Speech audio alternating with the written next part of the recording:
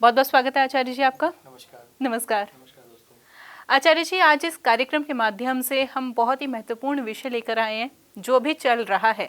हाल फिलहाल में मंगल का जो है वो राशि परिवर्तन हुआ है, तो ऐसे में हम सुन रहे हैं कि यह बहुत बड़ा बदलाव लेकर आएगा। तो ऐसे में आपसे जानना चाहेंगे कि कौन कौन से बदलाव मंगल जो है राशि परिवर्तन जो इसने किया है, तो क्या क्या बदलाव आएंगे। जी देखिए दोस्तों, वैसे तो सभी ग्रहों का प्रभाव हमारे जीवन पे बहुत गहरा पड़ता है।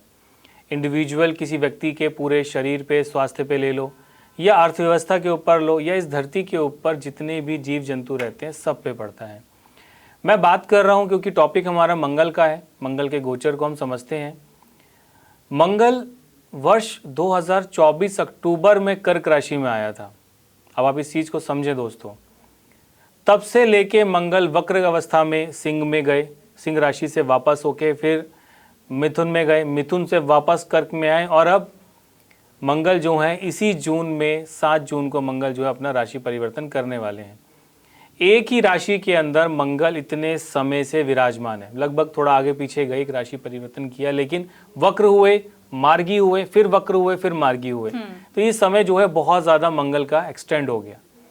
थोड़ा सा फ्लैशबैक में हम जाना चाहेंगे, थोड़ी सी चीज़ें मैं आपको बताना चाहता हूँ। वर्ष 2020 के अंदर मंगल जो है वो मकर राशि में विराजमान थे अप्रैल के महीने में, यानी मार्च के एंड में और अप्रैल के स्टार्टिंग फेज के अंदर। अगर आप पंचांग देखते हो या गोचर की स्थिति आप समझते हो तो ज़रूर एक बार उसको एक बार आप चेक करिएगा कि मंगल अपनी उच्च अवस्थाओं में थे। मंगल किसको रिप्रेजेंट करता है? आर्मी को। मंगल रिप्रेजेंट करता है हमारे शरीर में ब्लड को, एक एनर्जी को, एक ऊर्जा को।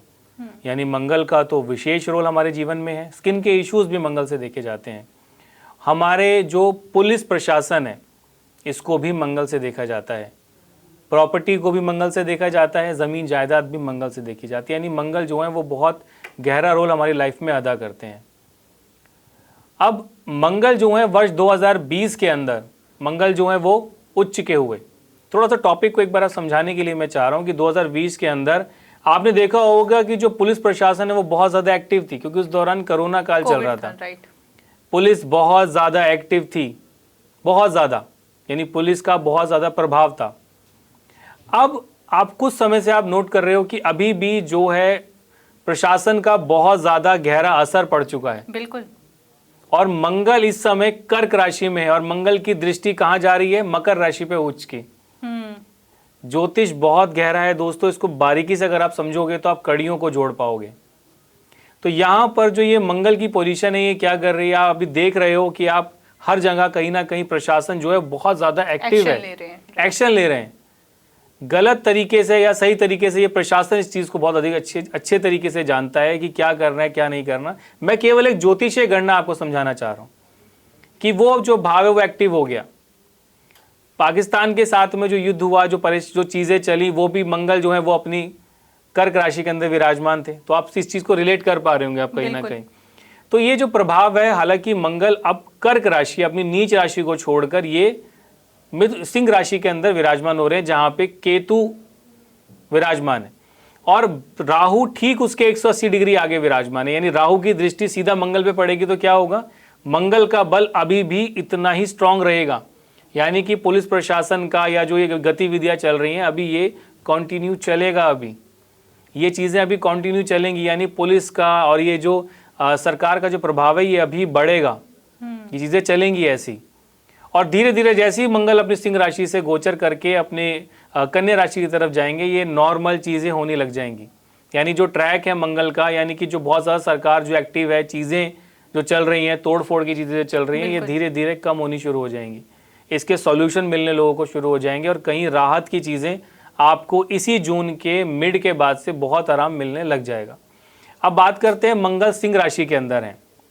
देखिए, जिनकी कुंडली भी मंगल से जुड़ी हुई है, जैसे मेष लगन हो गया, वृश्चिक लगन हो गया, या जो लोग मांगलिक हैं, या जिनकी कुंडली में मंगल उच्च के विराजमान है या मंगल नीच के विराजमान है, या जिनके लगन के स्वामी मंगल के साथ विराजमान है या मंगल की दृष्टि में, ये टॉपिक थोड़ा सा लंबा हो सकता है।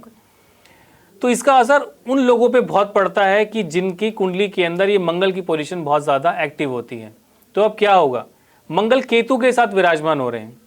सबसे ज्यादा कि जो लोग जिनकी कुंडली मंगल से जुड़ी हुई है उनको पेट से संबंधित परेशानियां इसी दौरान ये चलने वाली है, इसी वीक के अंदर ये आपको देखने को मिलेंगी।